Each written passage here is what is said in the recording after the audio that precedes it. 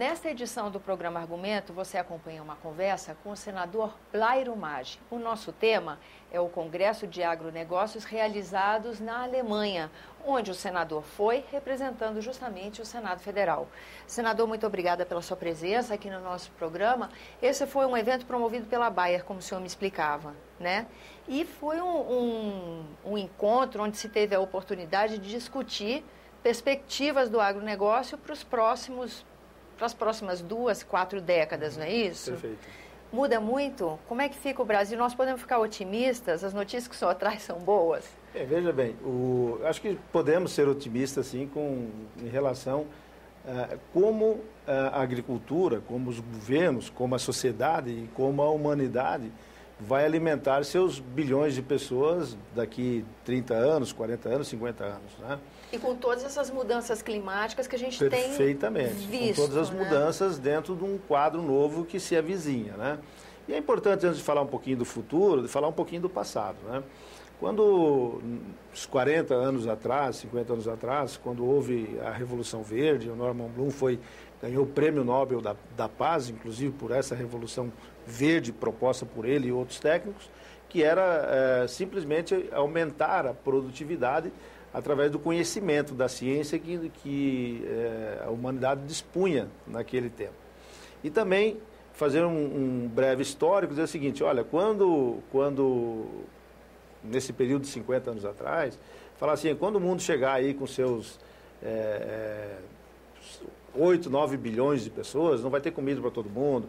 Teve até um filme chamado 2020, que mostrava até mais ou menos o seguinte, tinha que reciclar, aproveitar os restos de cultura, o próprio resto do ser humano para alimentar a humanidade para frente, né? Então, era um quadro muito, muito difícil, muito duro, e aí estava mostrando uma coisa aqui para 2020, né? Daqui 6 anos. E a gente chegou agora em 2014, já chegando em 2015, e nós temos alimentos para abastecer o mundo inteiro e sobrando alimentos, né? Então, a Revolução Verde, feita pelo Norman Bloom e por aqueles que viviam naquele período, deu certo, né? Nós não temos falta de alimentos. O que temos, alguns países com problemas de alimentação, temos. Mas é muito mais um problema estrutural do país de não ter dinheiro para comprar alimentos daqueles países que produzem, como o Brasil, a Argentina, os Estados Unidos e tantos outros que são grandes produtores mundiais. Então, o ser humano deu um jeito numa coisa que era muito, muito pessimista no passado. Bom, então em 2014 vamos olhar para frente mais 100 anos, o que vai vir. É um outro desafio, né? Já que a população mundial continua crescendo e algumas coisas são interessantes de a gente ouvir os cientistas do que vem sendo programado. Por exemplo, um dos grandes limitadores de produção de alimentos no mundo são os estresses hídricos, quer dizer, a falta de chuva, a falta de precipitação para que uma cultura que tenha 130 dias, 150 dias desde da sua semeadura até a colheita, você tem momentos que você fica, às vezes, 30 dias, 40 dias sem chuva.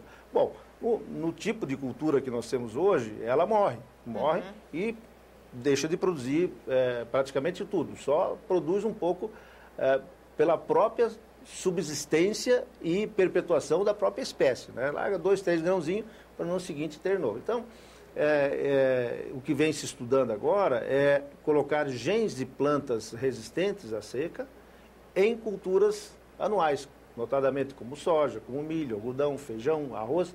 E, então, nos países ou nas regiões que nós temos esses estresses hídricos, no futuro, nós teremos safras cheias. Então, você veja a diferença, né? A diferença que é... De horizonte, de horizonte. Quer dizer, você vai ter alimentos ou podendo produzir alimentos no mundo inteiro, nos locais que tem mais problema. Mas, senador, desculpe interromper o senhor, só para a gente poder fechar essa questão. Isso que o senhor está nos contando é uma presença maior de transgênicos nas plantações, é isso? Certamente, certamente. A Revolução Verde que foi feita no passado, ela foi feita com o uso de técnicas e o uso de maquinários mais modernos. Né? Então, ganhamos produtividade.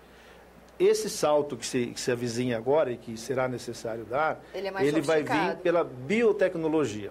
Tá. Quer dizer, é a colocação do gene A dentro do gene B, que aproveita as boas características de cada um e você tem não é um híbrido, mas você tem uma cultura transgênica que trouxe de uma outra planta desconhecida um gene que possa ajudá-la a sobreviver nesses estresses hídricos, na resistência a pragas, na resistência a insetos. Por exemplo, hoje no Brasil nós utilizamos muitos quilos de inseticidas para fazer as nossas culturas. Por quê?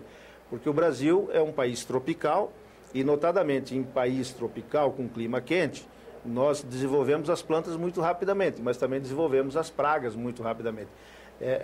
As gerações de insetos, elas se multiplicam muito rapidamente. Então, você tem que ter aplicação de inseticidas, de agrotóxico. E todo o mundo abomina isso, ninguém quer isso. Nós, como produtores, também não queremos, nós, como sociedade, também não queremos. Agora, para eliminar isso, tem que vir a biotecnologia, que é a implantação de genes dentro disso. Então, o que vem pela frente, uma nova revolução, vem nesse sentido, de aumentar a produtividade sem a necessidade de abertura de novas áreas, aproveitando os espaços que estão aí colocados.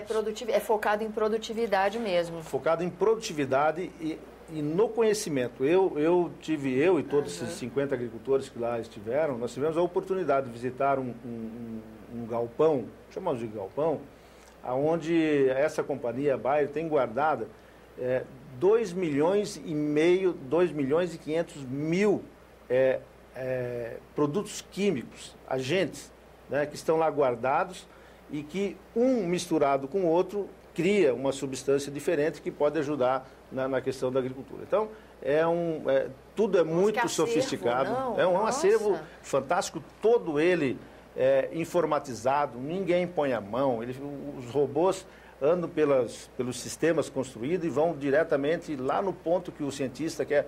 Me pega o frasco número 248 mil, não sei das quantas. Ele vai sozinho, pega, traz de volta, põe na mão do cientista. É uma coisa assim, realmente muito bonita, e a gente percebe que a agricultura é uma dádiva de Deus, da natureza, mas que precisa da mão do homem e da ciência para continuar crescendo.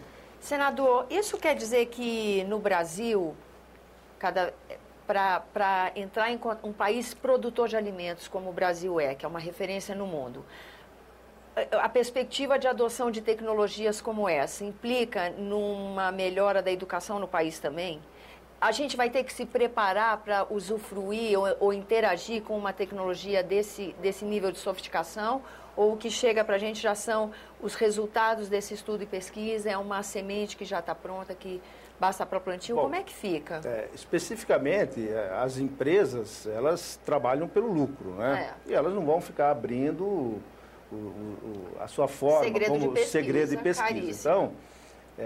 Então, cabe ao Brasil, e essa sempre é a grande discussão que nós temos aqui na Comissão de Agricultura e em tantos outros lugares, de que o governo, a sociedade brasileira, precisa fazer um esforço enorme de dotar, no caso a Embrapa, especificamente a Embrapa, que é uma empresa pública brasileira e que fez um grande trabalho para a agricultura e que nesse momento passa por certas dificuldades, que ela tenha um aporte de capital suficiente para fazer o mesmo tipo de pesquisa, ou não digo o mesmo, mas a mesma forma de pesquisar, para que o Brasil possa ter a sua própria tecnologia para fazer frente a esse tipo de coisa, para não ficarmos dependentes só das multinacionais, quer seja essa ou qualquer uma outra.